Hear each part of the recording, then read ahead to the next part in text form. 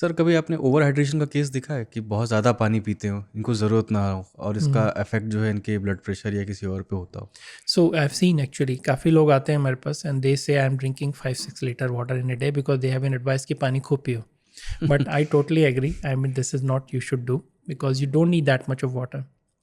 And that creates a problem in a way because you'll have to go urine almost every hourly.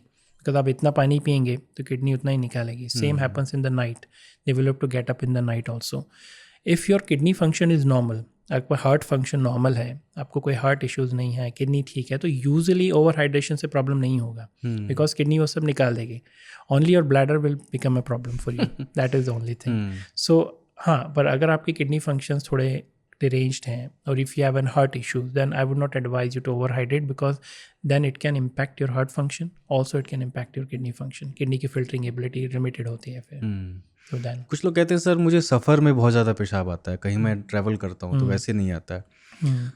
तो क्या ये भी psychological reason है या कुछ इसमें भी ब्लैडर के कुछ इस तरह की जो आप बता रहे हैं सिग्नल जाते हैं और वो ओवर एक्टिव हो जाता है उस टाइम पे? It could be psychological because अगर अदरवाइज नहीं होता है तो maybe as I said जो हम बात कर रहे थे पहले, स्ट्रेस एंजाइटी कोई ट्रैवल रिलेटेड किसी को रहता है कि आई एम ट्रैवलिंग नाउ, अब मेरा ब्लैडर ट्रिगर करेगा, so it becomes a cycle. So they start thinking कि I am travelling, I need a loop near by to me. So maybe that can trigger also. Plus, you have to see what you're drinking before travel and during the travel. If you're drinking a lot of water during the travel or before the travel, then you will probably have this problem as well. But isolated as happening in the travel is unlikely to be a problem. It's more likely to be psychological problems. Or of course, sometime the kind of travel you are doing, suppose you have a lot of bumpy rides, then it can sort of trigger those kind of bladder reactions also. But it is likely situational overactive bladder rather than a proper overactivity.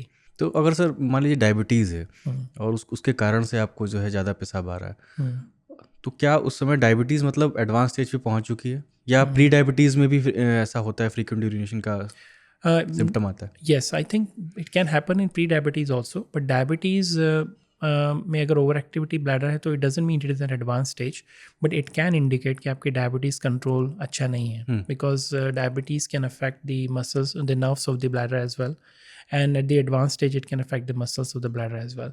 So overactivities probably could indicate that आपका diabetes control अच्छा नहीं है. So in that situation you have to really check your blood sugar levels कि आपका diabetes कितना है, अभी control अच्छा चल रहा है कि नहीं चल रहा है, और अच्छा नहीं है तो reducing the blood sugar back to normal can actually help control your overactivity as well. क्या सर ब्लैडर में अगर कोई इन्फेक्शन हुआ है, जैसे यूटीआई में जो ट्रैक्ट का इन्फेक्शन है वो ब्लैडर का तो है नहीं, अगर ब्लैडर में इन्फेक्शन है फिर भी आपको फ्रीक्वेंट यूरिनेशन हो सकता है? हाँ, so bladder is a part of urinary tract and most of the infection happens in the bladder. Urine में जितने भी इन्फेक्शंस होते हैं वो ब्लैडर में ही होते हैं इनिशिएट. तो यूटीआई तो ट्रैक्ट का है ना? लेकिन हाँ, UTI is urinary tract infection, मतलब कि tract ranges from kidney all the way to your tip of penis or in the urethra till end. So the whole of this is a tract, and then the main part of the tract is your bladder. Why? Because bladder is the storage organ where you आपका urine store रहता है. So that is where most of the time bacteria grows, find the times to grow and stick to the lining of the bladder and cause the infection. So majority UTI bladder से ही initiate होते हैं. कितना severe होता है ये, क्योंकि वो already bacteria load वहाँ ज़्यादा है ब्लैडर में, और वहाँ मल्टीप्लिकेशन शुरू हो गया तो फिर उसको कंट्रोल करना तो बहुत टफ है. No, actually in fact the good quality is अगर आपके पैसेज में कोई ब्लॉकेज नहीं है, जैसे मैं इसको कई बार प्रोस्टेट इश्यूज होते हैं दैट कैन ब्लॉक, या कोई स्ट्रक्चर है, नैरोइंग, अगर कुछ नहीं है तो then most of the people will flush these bacteria out with the urine, so they will not get time to grow.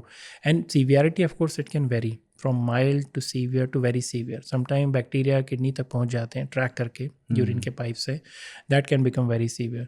And it all depends कि आपको कोई comorbidity तो नहीं है, डायबिटीज़ तो नहीं है, कोई ब्लॉकेज तो नहीं है सिस्टम में, और कॉज ऑफ बैक्टीरिया, उसका बैक्टीरिया कौन सा है जो इन्फेक्ट कर रहा है. सो मेजॉरिटी केस में UTIs are uncomplicated, they're very well treatable with the antibiotics, simple antibiotics.